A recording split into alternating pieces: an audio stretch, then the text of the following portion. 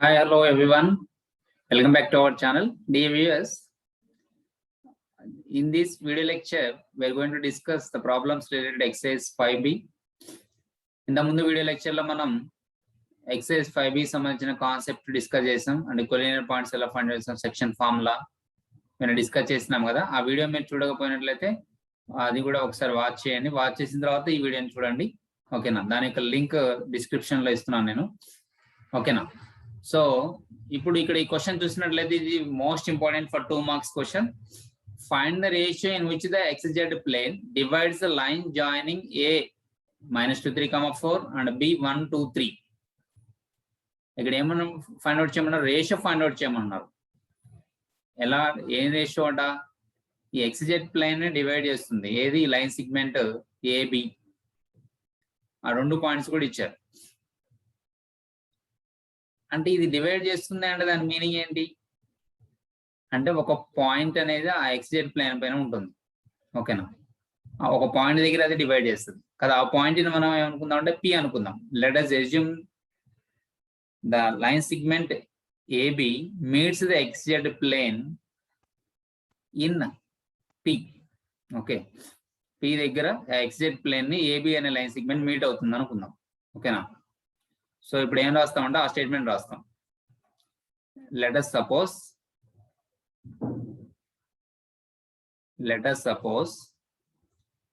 the line segment AB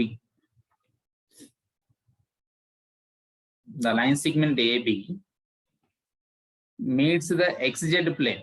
ఇక్కడ మనకి ఏ plane ఇచ్చారు? XZ కాబట్టి X ప్లస్ ప్లేన్ ని P దగ్గర మీట్ అవుతుంది అనుకుందాం. ఓకేనా, జనరల్ గా P యొక్క కోఆర్డినేట్స్ ఏం తీసుకుంటాం మనం? PXYZ అని తీసుకుంటాం కదా. ఓకే, అయితే ఇప్పుడు ఈ XZ ప్లేన్ P దగ్గర మీట్ అవుతున్నట్లయితే అప్పుడు APB అనేవి ఒకే లైన్ పైన ఉంటాయి. ఓకేనా, ఈ AB అనేది P దగ్గర XZ ప్లేన్ P దగ్గర మీట్ అవుతున్నట్లయితే ఈ ABP ఎలా ఉంటాయి? ఒకే లైన్ మీద ఉంటాయి. కాబట్టి ఏం చెప్పొచ్చు మనం అప్పుడు? దెన్ ఈ APBR కొలీనియర్ అని చెప్పొచ్చు. Is it or not? కాబట్టి మనం ఏం చెప్పొచ్చు అంటే ఈ XZ ప్లేన్ అనేది ఇలా ఉందని మనం అనుకున్నట్లయితే ఈ ఇక్కడ మీట్ అవుతుంది కాబట్టి APBR కొలీనియర్ అని చెప్పొచ్చు. ఒకే లైన్ మీద ఉంటే కొలీనియర్ కదా. మరి కొలీనియర్ కండిషన్ ఎలా చెక్ చేస్తాం? కొలీనియర్ అంటే ఈ P అనేది AB ని ఒక సమ్ రేషియోలో డివైడ్ చేస్తుంది అనుకుందాం.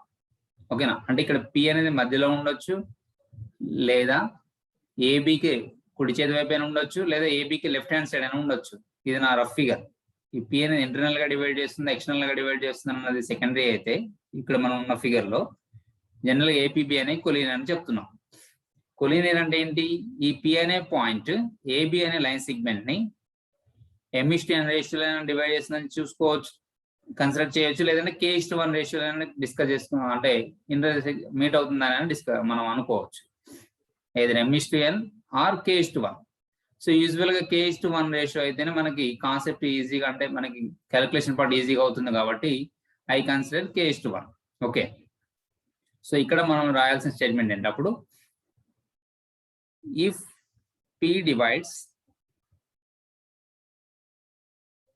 Line segment AB in the ratio K:1, then ఒకవేళ K:1 రేషియోలో డివైడ్ చేసినట్లయితే అప్పుడు కోఆర్డినేట్స్ ఆఫ్ P ఏమవుతాయి అన్నది క్వశ్చన్. ఇప్పుడు జనరల్ గా ఏమవుతాయి?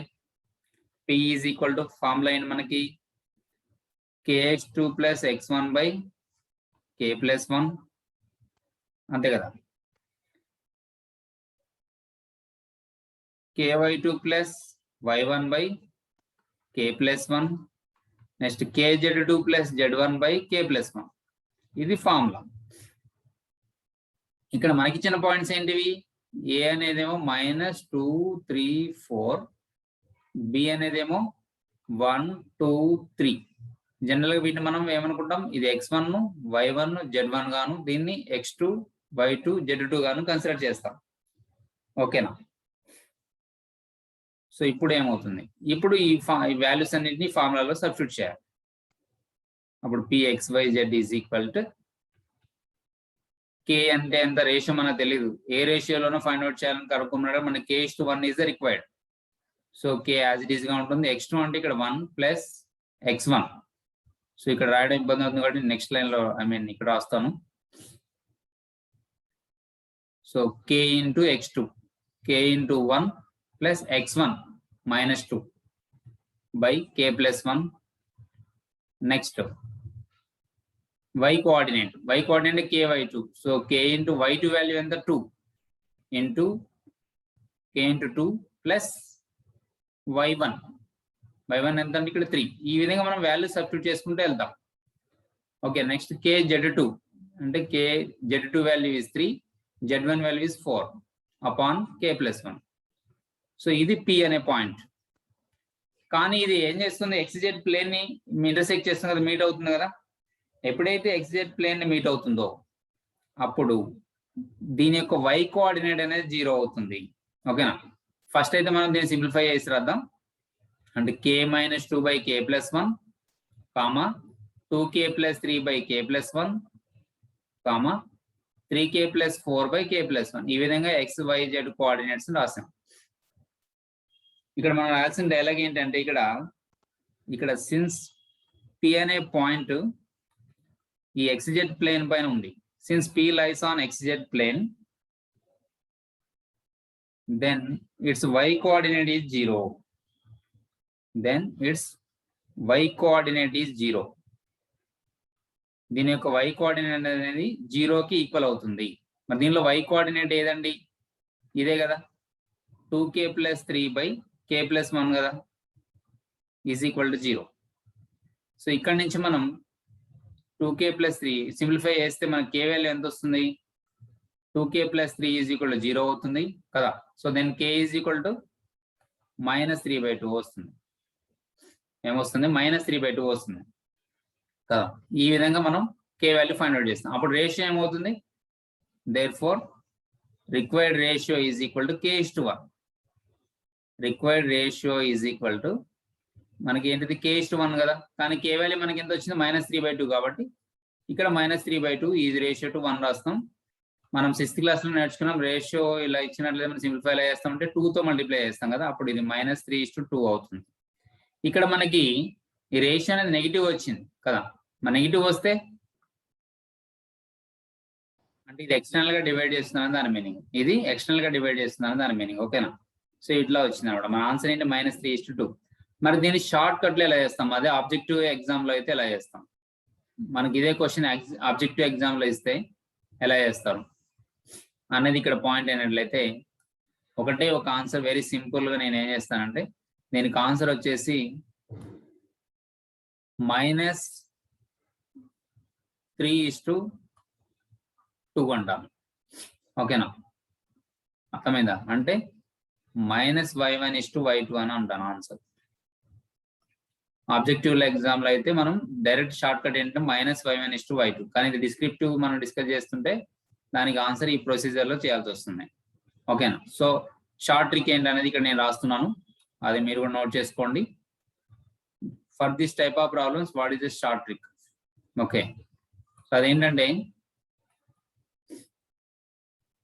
ఈ విధంగా పాయింట్స్ ఏ x1 y1 z1, okay, B x2 y2 z2 అనే 2 పాయింట్స్ జాయిన్ చేస్తే ఒక లైన్ సెగ్మెంట్ ఉన్నట్లయితే దీస్ ఆర్ ద 2 పాయింట్స్.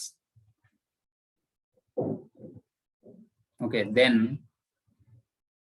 ఇక్కడ మనకి ఇంపార్టెంట్ పాయింట్ ఏంటంటే ఇక్కడ YZ ప్లేన్ అనేది ఏ ప్లేన్, YZ ప్లేన్, లేదా దీన్నే మనం YOZ ప్లేన్ అని కూడా రాయొచ్చు. This YZ plane divides the line segment AB in the ratio, చెప్పండి answer, in the ratio minus x1:x2.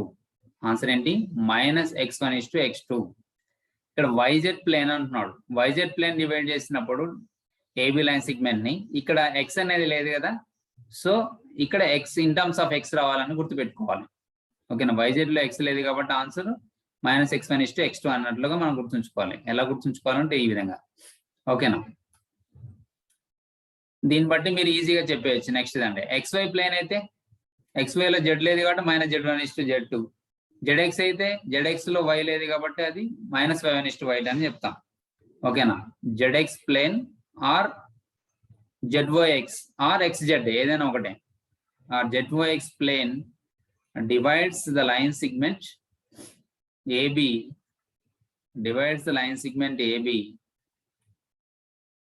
in the ratio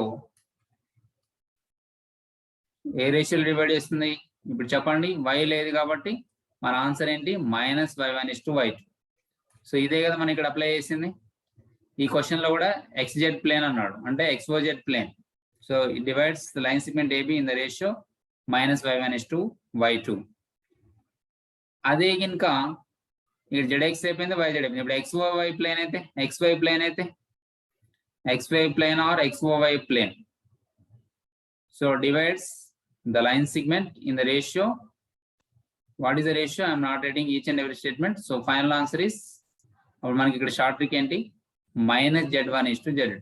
so clear కదా? సో ఈ ప్రాబ్లమ్స్ ని మనం డిస్క్రిప్టివ్ ఎగ్జామ్ లో అయితే ఈ మాదిరిగాను, ఆబ్జెక్టివ్ ఎగ్జామ్ లో అయితే ఈ హింట్స్ ఉపయోగించి మనం చేయాల్సి వస్తుంది. క్లియర్ గా అర్థమైంది కదా? Okay right. అయితే మై డియర్ స్టూడెంట్స్, మీరందరూ చూస్తున్నారు కానీ మన ఛానల్ సబ్స్క్రైబ్ చేసుకోవడం లేదు. సో సబ్స్క్రైబ్ చేసుకోండి, బెల్ ఐకాన్ ప్రెస్ చేయండి. ఆల్ నోటిఫికేషన్స్ పెట్టుకున్నట్లయితే ఎప్పుడైతే నేను వీడియో అప్లోడ్ చేస్తాను అప్పుడు మీకు ఇమీడియట్ గా రీచ్ అవుతుంది. ఓకేనా? సబ్స్క్రైబ్ చేసుకోవడం మాత్రం మర్చిపోకండి. ఓకే, ఇప్పుడు నెక్స్ట్ ప్రాబ్లం మనం డిస్కస్ చేద్దాం. Okay okay guys, now let us discuss question number 2, that is exercise 5B లోని సెకండ్ క్వశ్చన్ మనం డిస్కస్ చేయబోతున్నాం. Find the coordinates of the vertex C of triangle ABC. Triangle ABC ఉన్నటువంటి vertex యొక్క coordinates find out చేయాలట. అయితే ఇక్కడ ఏమి ఇచ్చారంటే ఇఫ్ ఇట్స్ సెంట్రాయిడ్ ఈజ్, అంటే ట్రయాంగిల్ ఏబిసి యొక్క సెంట్రాయిడ్ కనుక ఆరిజిన్ అయినట్లయితే ఫైండ్ ద వర్టెక్స్ సి అంటున్నాడు. అయితే అందులో ఏబి యొక్క వర్టిసెస్ ఇచ్చారు. ఇప్పుడు మనం ట్రయాంగిల్ కనుక డ్రా చేసినట్లయితే, ఓకే, మన rough figure, this is the triangle ABC. Okay, where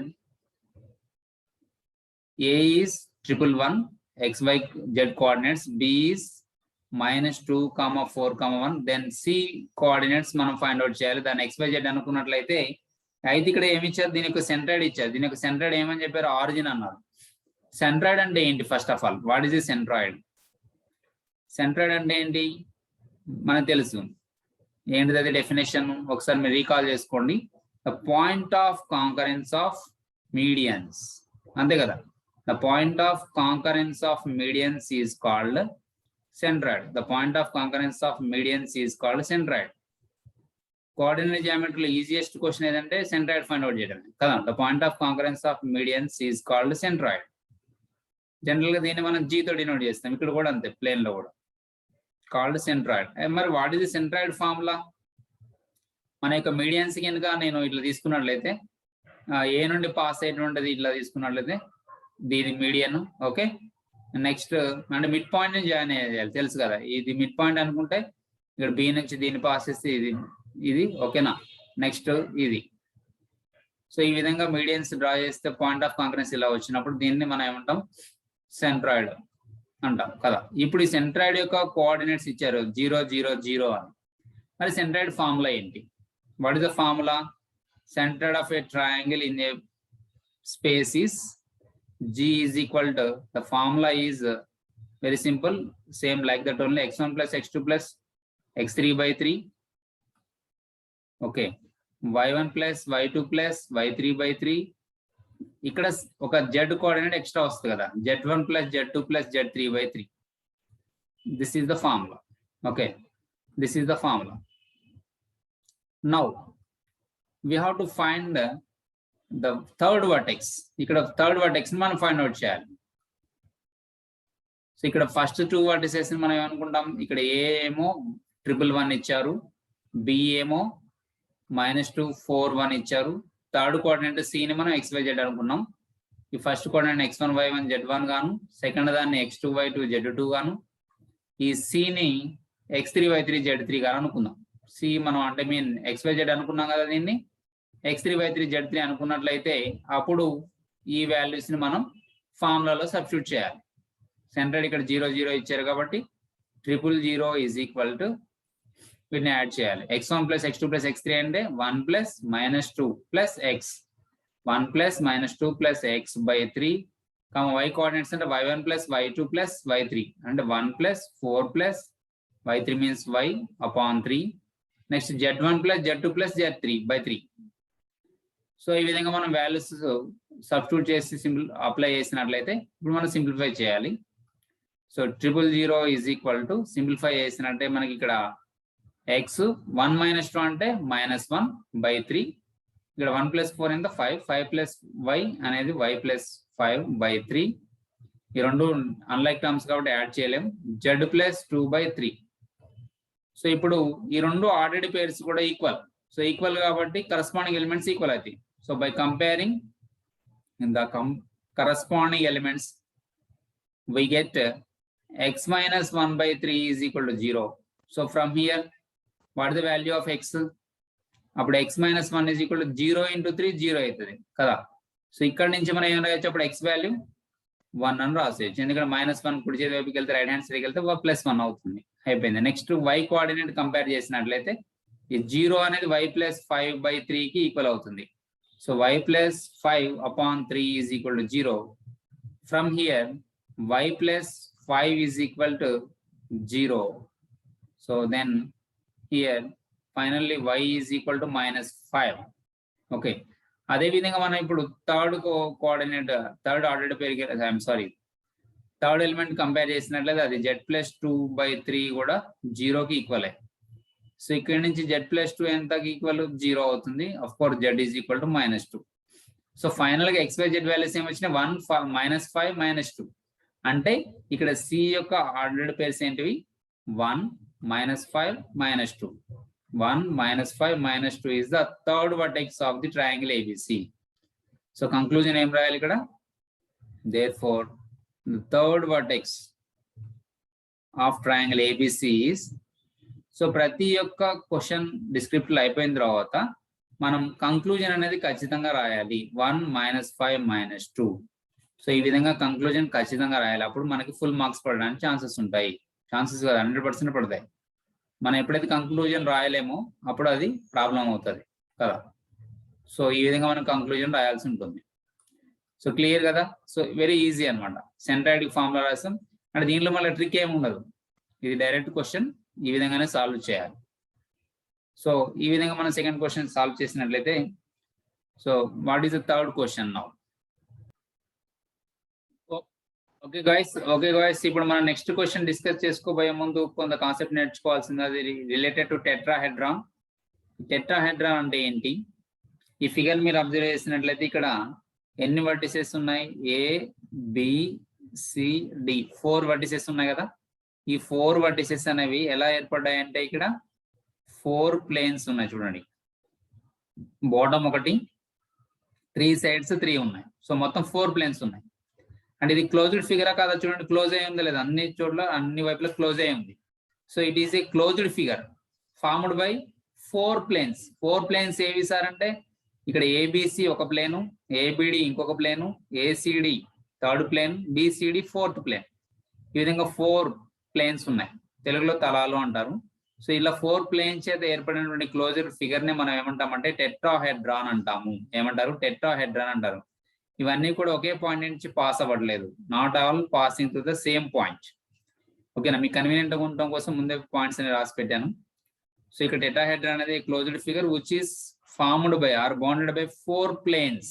what are those planes? ABD, ఓకేనా, ACD, ఓకేనా, ABC and BCD. So these are the 4 planes and it has 4 vertices. How many vertices? 1 2 3 4 vertices and 6 edges. Edge అంటే ఏంటి? Edge అనేది ఎలా ఏర్పడింది ఇక్కడ? It is the line of intersection of 2 planes. ఇప్పుడు edge అనేది ఎలా ఏర్పడిందంటే ఈ యొక్క ప్లేను ఈ BCD ప్లేన్ రెండు ఇంటర్సెక్ట్ అవ్వడం వల్ల ఏర్పడిన ఎడ్జే BD.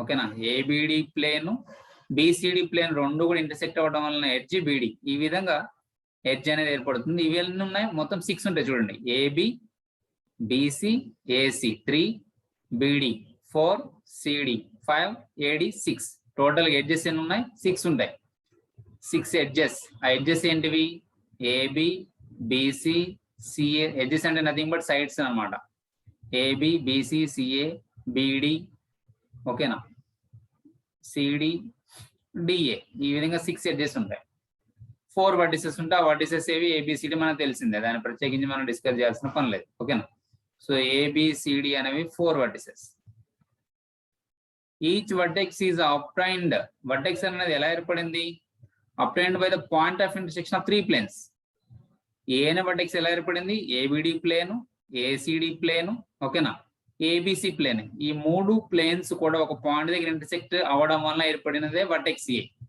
అదే వర్టెక్స్ B ఎలా ఏర్పడింది BCD ప్లేన్ ABC ప్లేన్ ఓకేనా BCD ABC అలా ఇదే విధంగా ABD ఈ 3 ప్లేన్స్ ఇంటర్సెక్ట్ అవ్వడం వల్ల ఏర్పడిన వర్టెక్స్ B ఈ విధంగా each vertex is obtained as the point of intersection of 3 planes okay so different planes intersect అయినప్పుడు ఏర్పడతాయి అన్నమాట next each edge is made as the line of intersection of 2 planes మొత్తం మీద 4 ఉన్నాయి కాబట్టి ఎనీ 2 ప్లేన్స్ యొక్క ఇంటర్సెక్షన్ అది line అవుతుంది ఆల్రెడీ మనం డిస్కస్ చేసాం ఒకవేళ మన ఈ అన్ని ఎడ్జెస్ కూడా అంటే AB BD CD AD ఇవన్నీ కూడా ఈక్వల్ అయితే అన్ని లెంత్ లో కనుక ఈక్వల్ అయితే ఆ టెట్రాహెడ్రాన్ మనం ఏమంటాం అంటే రెగ్యులర్ టెట్రాహెడ్రాన్ అంటాం ఏమంటారు రెగ్యులర్ టెట్రాహెడ్రాన్ ఎప్పుడు అంటే AB is equal to BC is equal to CA is equal to BD is equal to CD అయినట్లయితే AB BC CA BD CD and AD కూడా ఈక్వల్ అయినట్లయితే మొత్తం 6 ఎడ్జెస్ 1 2 3 4 5 6 ఎడ్జెస్ కనుక equal అయితే లెంత్ లో అప్పుడు దాన్ని మనం ఏమంటాము రెగ్యులర్ టెట్రాహెడ్రాన్ అంటాం రెగ్యులర్ టెట్రాహెడ్రాన్ అంటాం క్లియర్ కదా సో ఈ విధంగా మనం టెట్రాహెడ్రాన్ చూస్తే దీంట్లో ట్రయాంగిల్ లో మాదిరిగానే దీంట్లో కూడా సెంట్రాయిడ్ అనేది ఉంటుంది మరి ఆ సెంట్రాయిడ్ యొక్క డెఫినేషన్ ఏంటి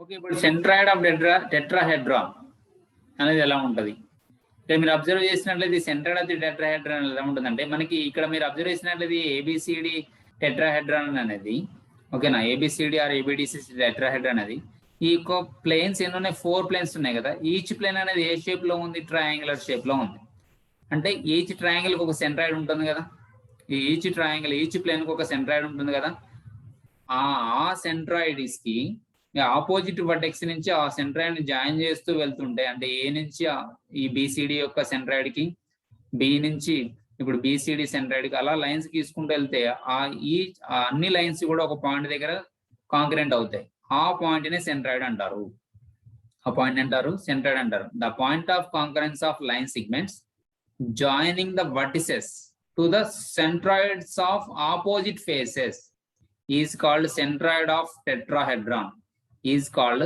సెంట్రాయిడ్ ఆఫ్ టెట్రాహెడ్రాన్ వాటిని ఏమంటాము టెట్రాహెడ్రాన్ యొక్క సెంట్రాయిడ్ అంటాము ఏమంటారు సెంట్రాయిడ్ ఆఫ్ టెట్రాహెడ్రాన్ ఓకేనా ఇక్కడ దీన్ని కూడా మనం జీతోనే డినోట్ చేస్తాం ఓకే క్లియర్ గా అర్థమైందా ఇక్కడ నేను మళ్ళీ ఒకసారి చెప్తున్నాను అండి అంటే ఫర్ ఎగ్జాంపుల్ ఈ BCD ట్రయాంగిల్ యొక్క టెట్రాహెడ్రాన్ యొక్క BCD యొక్క ప్లేన్ యొక్క సెంట్రాయిడ్ ఇదైనట్లయితే ఇప్పుడు మనం ఏ నుంచి డైరెక్ట్ గా దీనికి ఇక్కడ మనం ఒక లైన్ డ్రా చేస్తాం ఓకే ఇదొకటి అదే విధంగా మనం ఇప్పుడు ఈ ఆపోజిట్ B నుంచి ఆపోజిట్ ఫేస్ ACD తీసుకున్నట్లయితే ఇక్కడ ఇది సెంట్రాయిడ్ అనుకున్నట్లయితే ఇప్పుడు మనం ఇక్కడ నుంచి ఒక లైన్ డ్రా చేస్తాం B నుంచి దీనికి సో ఈ విధంగా కొన్ని పాయింట్స్ అంటే ఇక్కడ ప్రతిదీ ఇట్లా ప్రతి ఒక్క వర్టెక్స్ నుంచి ఆపోజిట్ ఫేస్ యొక్క సెంట్రాయిడ్ కి మనం టచ్ చేస్తున్నప్పుడు మనకి ఇక్కడ ఒక పాయింట్ ఏర్పడుతుంది దీన్నే మనం సెంట్రాయిడ్ అంటాం సో దీన్నే సెంట్రాయిడ్ ఆఫ్ టెట్రాహెడ్రాన్ అంటాం ఓకేనా దీన్ని మనం సెంట్రాయిడ్ ఆఫ్ టెట్రాహెడ్రాన్ అంటాం ఇప్పుడు C నుంచి దీనికి డ్రా చేస్తున్నప్పుడు ఇక్కడ ఉందనుకోండి అప్పుడు ఫర్ ఎగ్జాంపుల్ రఫ్ ఫిగర్ కదా ఇది ఓకేనా సో అప్పుడు మనం కన్సిడర్ చేసినట్లయితే అప్పుడు దీని నుంచి మనం ఇట్లా డ్రా చేసినట్లయితే ఇక్కడ ఉన్నదాన్ని భావించినట్లయితే సెంట్రాయిడ్ దీనికి సో ఈ విధంగా ఈ లైన్స్ అన్ని ఒక చోట ఇంటర్సెక్ట్ అవుతాయి మీట్ అవుతాయి దాన్ని ఆ పాయింట్ ని మనం సెంట్రాయిడ్ ఆఫ్ టెట్రాహెడ్రాన్ అంటాం క్లియర్ కదా so this is the centroid of tetrahedron okay now then what is the formula యాక్చువల్గా అయితే ట్రయాంగిల్ సెంట్రాయిడ్ G అనేది in a triangle centroid G divides the median in the ratio 2:1. ఏ రేషియోలో divide చేస్తుంది median in the ratio 2:1 కదా. ఇక్కడ కూడా ఒక రేషియోలో డివైడ్ చేస్తుంది. ఇది కూడా టెట్రాహెడ్రాన్ కేసులో కూడా in the case of tetrahedron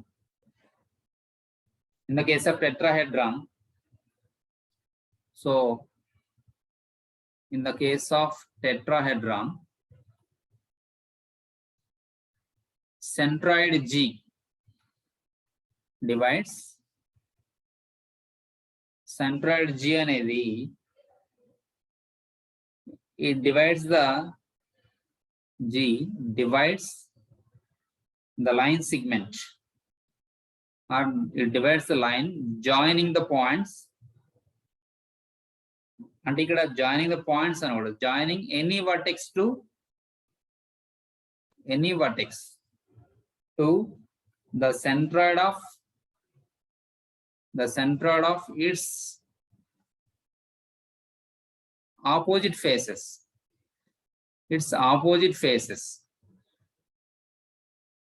opposite face అంటే ఏంటి? ఇండైరెక్ట్ ఇక్కడ ఆపోజిట్ ఫేస్ ఏముంటది? ఆపోజిట్ ట్రయాంగిలే కదా, నథింగ్ బట్ ఆపోజిట్ ట్రయాంగిల్.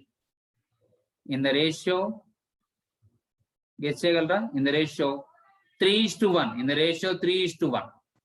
ఏ రేషియోలో డివైడ్ చేస్తే 3:1. అంటే ఇప్పుడు ఫర్ ఎగ్జాంపుల్ ఇక్కడ G ఉంది కదా, ఈ G అనేది లైన్ AL ని 3:1 రేషియోలో డివైడ్ చేస్తుంది. ఓకే, BM ని 3:1 రేషియోలో డివైడ్ చేస్తుంది.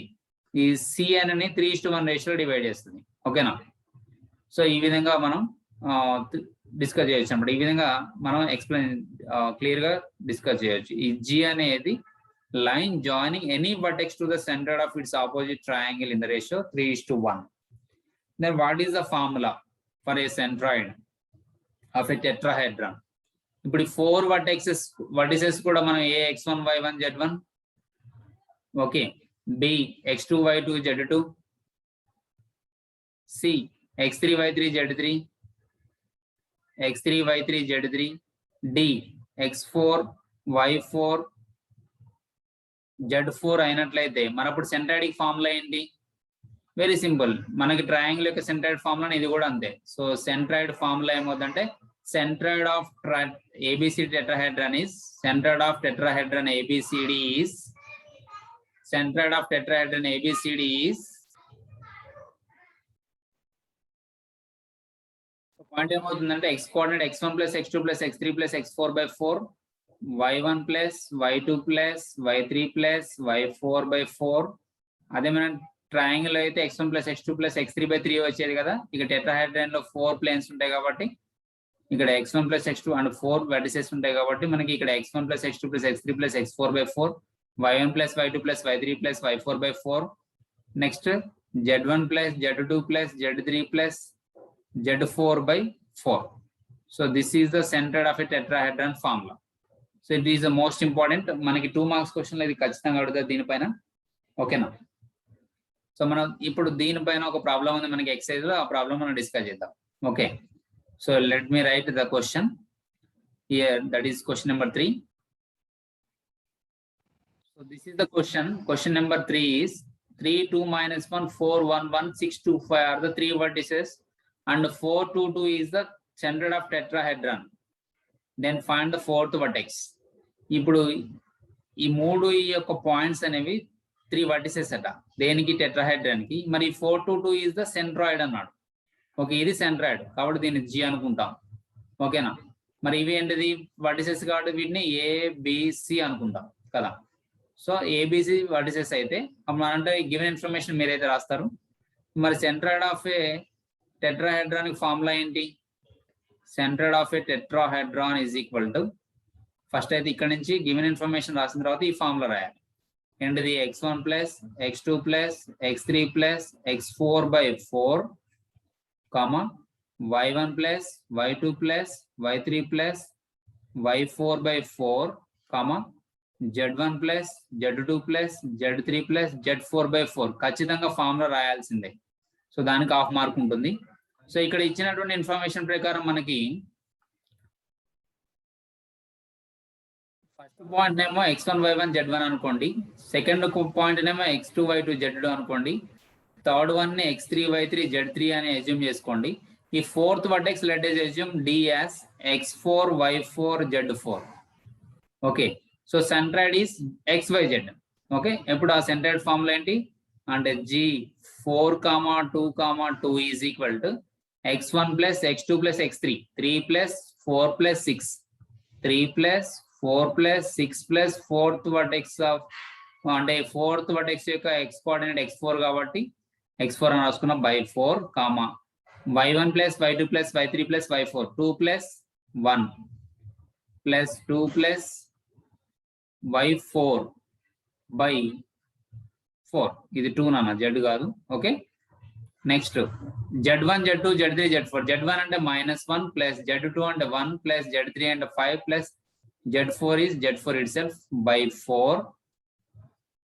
ఇది అయిపోయింది. ఇప్పుడు మనం కంపేర్ చేస్తాం కదా. సో ఫస్ట్ అయితే సింప్లిఫై చేద్దాం. 3 plus 4 7 plus 6 13, 13 plus x4 by 4 comma 2 plus 2 4 plus 1 5 plus y4 by 4 comma -1 plus 1 0 అవుతుంది. So 5 plus z4 by 4. ఇది మొత్తానికి దేనికి సమానం అన్నారు? సెంట్రాయిడ్ 4 2 2 కి సమానం కదా.